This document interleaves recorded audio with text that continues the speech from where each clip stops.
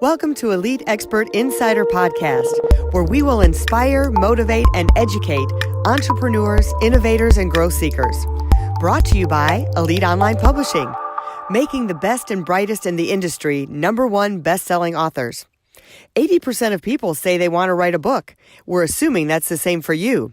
If so, contact us at www.eliteonlinepublishing.com and make your book a reality. Hey, welcome. It's Melanie Johnson along with Jen Foster. Jen, how are you doing today? It's a great day today. You know what? It is such a fantastic day because we have one of the most happiest people I have ever met in my entire life is going to be on our show today. And she is going to share how her secrets to being happy and having a happy life and an adventurous life. But oh my gosh, she has had such an adventurous life. So we promise you to be inspired, motivated, and educated on this show. And you're going to get all three of those things today with Warner Roberts and her best-selling book.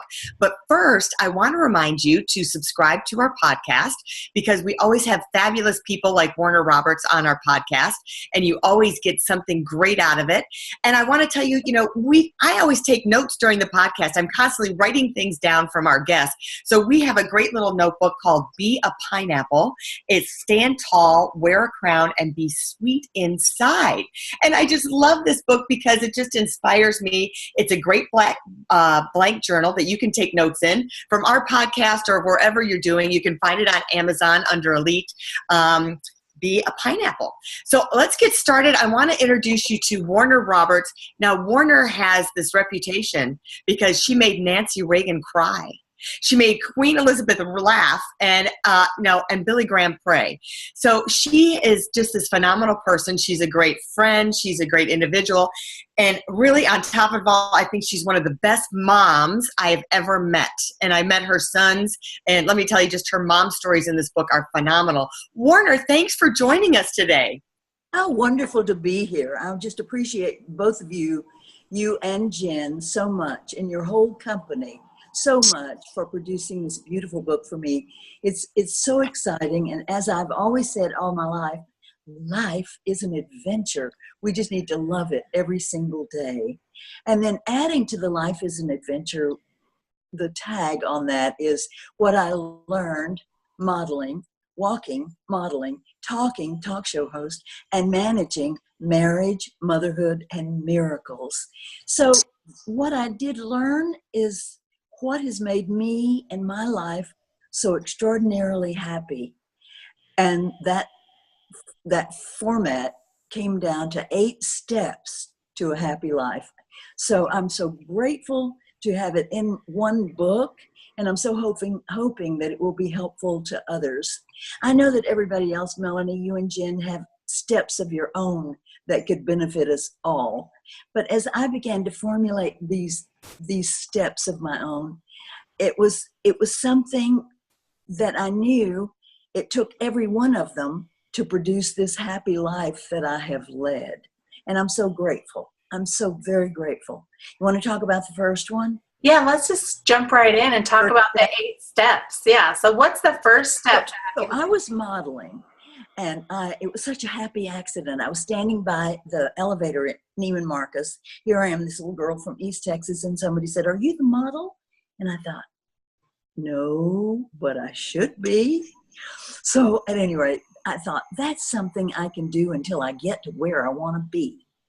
So I got the photographs done. I started calling on all the fashion coordinators, and I had really a beautiful, beautiful career in modeling. But that first show that I was invited to do in Dallas, I was just a little girl. I just first had my first son, scared to death. I had to borrow a dress to go to Dallas on the plane, and nobody was nice to me. I don't know why. Maybe I was want to be nice to you. You're so nice. How could they not be nice to you? How could it be that somebody could not like me? So I don't know what that. The problem is that I came back when I learned the first step to make a happy life. You will never have a great relationship with anybody if you don't love yourself. How do you do that? Well, you have to realize that you are a one of a kind. You are unique in the world. Not another person like you. You need to Stop criticizing that beautiful person that's inside there that God made, and love yourself. Second one was, you have to make happiness a habit. Baby, you've got a choice every day. When you step that foot out of the bed, you have a choice. You can either be happy that day, or you can just mess up and blow it and ruin the whole thing. I've always said, you know, if you don't brush your teeth every day, they're going to rot. There's no doubt about it. And if you don't make happiness a habit, something that you just do, this is what I do, I'm happy, then your spirit is going to rot and you're never going to make it. Next thing is, you got to figure out what it is that God put inside of you, that chip inside your heart that tells you where you are the happiest. Now, you may not get there overnight by any means, but you got to put that up in the front of your head. Set goals. Figure out what it is you really want to do with your life. Set that goal, visualize it, and look at it every day. Now, you may have to do a lot of other things until you get to where you're going, but you need to make those goals happen. And you girls have done that. You decided you wanted to do this publishing company, and by golly, you set about doing it, and look how successful you are now. Yeah. How long have you been doing it? Yeah. It's 3 years. Yeah, 3 years. And you were the first one who reached out to us, because we didn't start out to do a publishing company, but you were the first one to reach out to us and say, I didn't know you were publishing. And you started a conversation with me right away. But I knew you from television. Right. You know, you had your television stations, Mhm. and I had been on television all my life, so I knew you very well. But the thing about you is that you're such a great mother. Just like you. Well, that's my favorite thing, my family. I've got Phantom, who is my husband, nobody ever sees. I've got my 2 fabulous sons, my 2 beautiful daughter-in-laws, and my 5 grandsons. So how could I not be happy? But believe me, along the way, everybody's going to have glitches. You know, there are going to be ups and downs. There are going to be devastating losses. It's like I said on television yesterday, I've been rejected probably many more times than I've been accepted, but you just have to get back up again and try it again. You just persist, persist, persist. Winston Churchill said one of my favorite things, and it lives in my head all the time: never give up, never give up, never give up. Whatever it is in life that you want to do, you just keep plugging. You just, okay, so they rejected you that day, that's fine. I don't think of failure as I think of it very differently than most people do. We might say, failed a million times. I don't think of it that way. I think of it as a learning experience. Yeah. I didn't fail. I just learned something. And I learned to just get back on the road and try something else until I get the job done. So I also think it's most important to find that positive attitude. There again, you've got that choice. You can either be positive or negative. Yeah. Positive, with positive thoughts, you bring to you all the positivity there is out there. With that negative, you're going to bring the same thing. Absolutely. If you don't watch your thoughts and keep them positive, you're going to attract all that negative. And what I do is picture a shield around me. I think we live in a somewhat negative world. There are negative pulls on us at all times. Negative people around us all the time. That's when my shield goes up. And I want to be good to those people. I want to be as nice as I can be and as kind as I can be to anybody that I'm around, but I want to move away from those negative people, because they will take your soul if you let them. Don't you let them. That's one of my favorite songs. So you just have to protect your positive, and you need to, like you just did, laugh till your face hurts. Yeah. I love to laugh. And I think if we can learn to laugh at ourselves, we're so far ahead of the game. Now, there are going to be days. Now, please don't get me wrong. There are going to be so many days when there's nothing to laugh about, right? You're just going to have those days. That's called life. That is life is an adventure, as well as all the happy stuff. You're going to have some of that sad stuff. If you can think of some way to laugh about it, if there's any way at all you can get a laugh out. Jerry Seinfeld said that children laugh about 76 times a day. Adults laugh about 12 times a day. If we're lucky, right? If Yeah. we're lucky. Are those short people supposed to have more fun than we do? I don't think so. I believe we're supposed to laugh as often as we possibly can and find the joy in life, in little simple things like a beautiful day. Yeah. I know what I sound like. I sound like, oh, that couldn't be true. But it is true if you control those positive thoughts. Right, and I'm going to give people a suggestion in the middle of your steps, because I even put we have a chalkboard in the kitchen, and I put laugh more on it. So if you have a board or you have a refrigerator with magnets on it, I'm going to tell you, write down these things, go back and run the podcast over and over, get all 8 things, get the book, write them down, and put them up on your refrigerator so it reminds you every day. And you'll think of Warner, she puts a smile on your face. Okay, go on with the rest of them. Well, I think the next one, and they're not in any order by any means, it's just the way they came to my heart. Mm-hmm. As I was moving along through all these different things that I've done through the years. And I think that's sort of the way they came to me. But I mean, it could be you want to put them in another order, whatever is more important to you. But I think the next one that I love so much is just spread love wherever you go. I mean, how much does it cost us to be kind to somebody? Love is the most expensive thing in life. It costs nothing.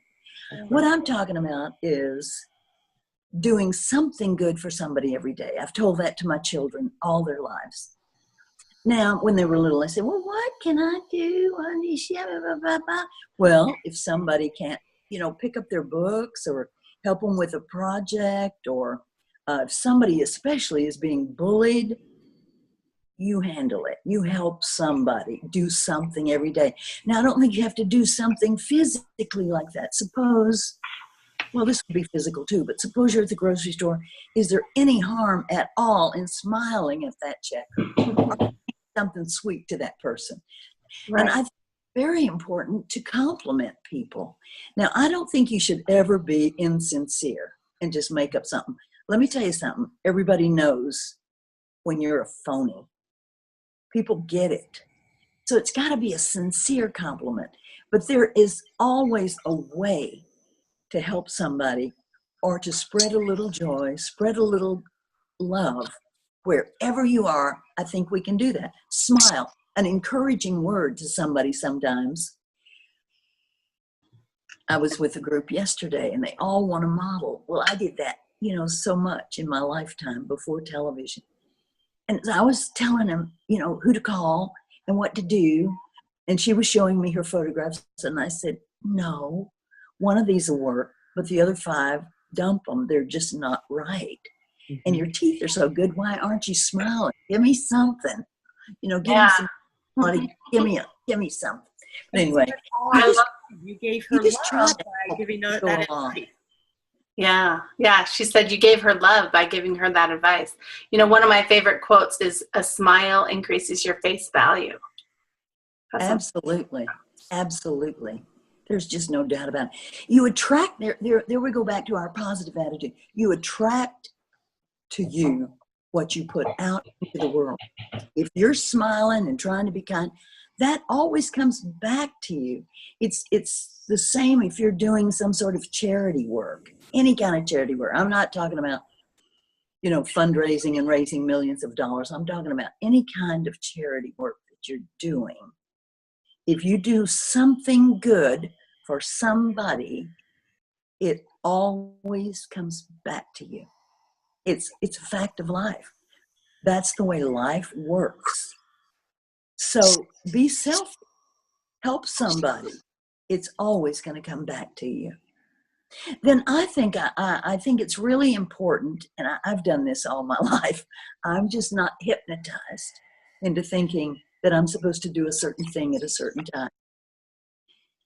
I think people get into that habit. Well, the children are going away. I'm this age, and I'm supposed to do this. Now, when they get married, I'll be supposed to do this. What I'm talking about is different ages. People think they're supposed to act a certain way at a certain age. And I don't believe that. I think we need to de-hypnotize ourselves.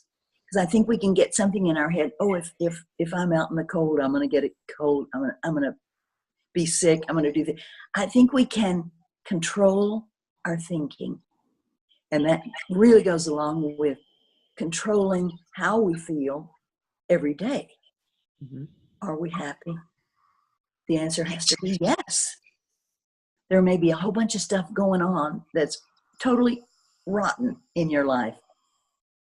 We control our thoughts. We're the only species in the universe that can do that. We can control how we feel, how we think. We can control how we feel about age. We can control how we feel about our energy. We control our thoughts. Those are my thoughts that I put in the book. That's what I would like to have people read about and possibly get something from. There's so many wonderful quotes in there. I talk about, I also write for magazines, and I did an interview with Matthew McConaughey recently. And he said, well, I was studying at the University of Texas to become a lawyer. And he said, I was at a friend's house and I was going through magazines, and there were about 10 Playboy magazines, but underneath the Playboy magazines, there was a little book by Og Mandino. And he said, absolutely, I read that book. Today is the first day of the rest of my life.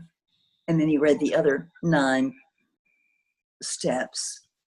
He said, by the time he had finished that book, he knew that the next day he was going to go and change his major to drama. And he was going to follow his heart. He said he always knew he wanted to act and perform. And he did that from that one book. I really urge people to read a great book and find something in there that you remember about it and keep it in your mind. Some positive affirmation. Make it up, whatever it is. I'm going to have a great day. Whatever it is. And repeat it to yourself all the time. These things work. They really work. And it goes to show how a book can change someone's life. Absolutely. You know, how Warner's book could change your life by just going through those steps, just like it did for what she was just talking about. So you can pick up her book, and just by reading that can make that little shift. And she's got so many wonderful quotes in there that I really urge you to make sure you have a notebook, have a highlighter, so you can go back and you can highlight all those things. And you can do that on your iPad as well, even if it's a Kindle. Mm-hmm. Well, I love that. I want to mention one more thing. I feel like my happy life started at a very young age, and I think it was a gift from above. I truly do. I was having what I thought, as a 12-year-old, I was thinking that I was having the worst life that ever happened to anybody in life. Now, as an adult, I see that everybody has gone through something, and things that were much more horrific than the things I went through. But at any rate, I had my mother, my beautiful, precious mother, and my 2 sisters, and I had a daddy that drank all the time. And we lived in a little tiny house behind a big house. And behind our little house was an alley with a lot of weeds. But we used to hide out there when he would come home. And until he stopped breaking things in the house, we wouldn't go back in to go to sleep. So close to our house, there was a park. And I was in the park one day. I was 12 years old. And I was saying to God, now, God, I'm such a good person. Everybody at school loves me. I love being at school, and everybody loves me. I'm doing really well in school.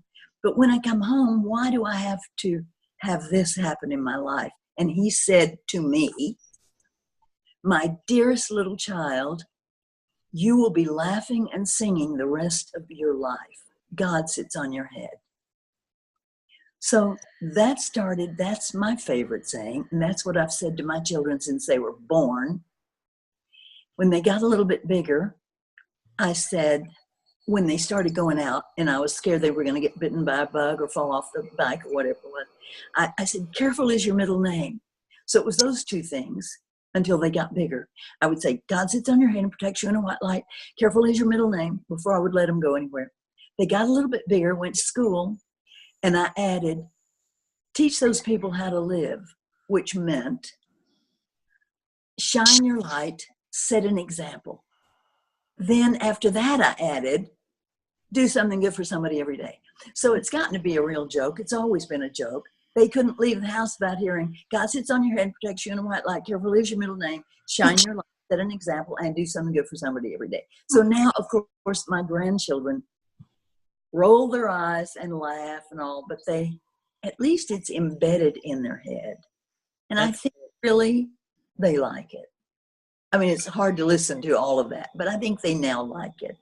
But those are the things that I've lived with since I was 12 years old. But get your own sayings for your children. You know, they'll remember it forever. It's so true. Thank you so much for being on today, Warner. Tell us where people can reach you. I think you have a website, correct? I do. WarnerRoberts.com. And how about Amazon.com if you want to buy a book? How about that? Yeah, you can find Warner at Amazon.com. Just type in Warner Roberts, and you can find her book as ebook and paperback. Awesome. Again, and she was a bestseller in 6 categories. The heart is her insignia. It's on her book.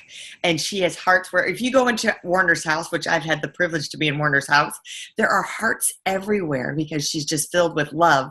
So take these 8 steps, incorporate them into your life, get her book. Please buy her book. It's fabulous. You'll want it for your children, your grandchildren. Give it to friends. It's just so inspirational, and all her life stories are just wonderful and entertaining, and they just are going to make you have a big smile on your face. So please get the book at AmazonAgain.com, or you can find her at WarnerRoberts.com. Remember to subscribe to our podcast. We're on iTunes, Stitcher Radio, and now we are on Alexa as well. So you can find us in all those places. If you're thinking of writing a book and becoming a best-selling author, contact us at EliteOnlinePublishing.com. We'd be happy to talk to you about getting your book published. We've made over 50 authors #1 best-selling authors, and we have over 1,700 books of our own on Amazon as well. So we'll see you next time. Remember to make sure you subscribe and share this podcast. We'll see you next time. Thanks for joining us. Bye. Thanks, Warner. Bye, darlings. Thank you so much. If you'd like to create the most powerful advertising tool for your business, contact us at EliteOnlinePublishing.com, where we will help you create, publish, and make your book a #1 bestseller, and show you how to get new leads and more revenue for your business. If you'd like to check us out on our Facebook page, we have a free book for you as our gift. Just go and click Free Book. Remember to subscribe and leave a comment for our podcast. We would love to hear from you.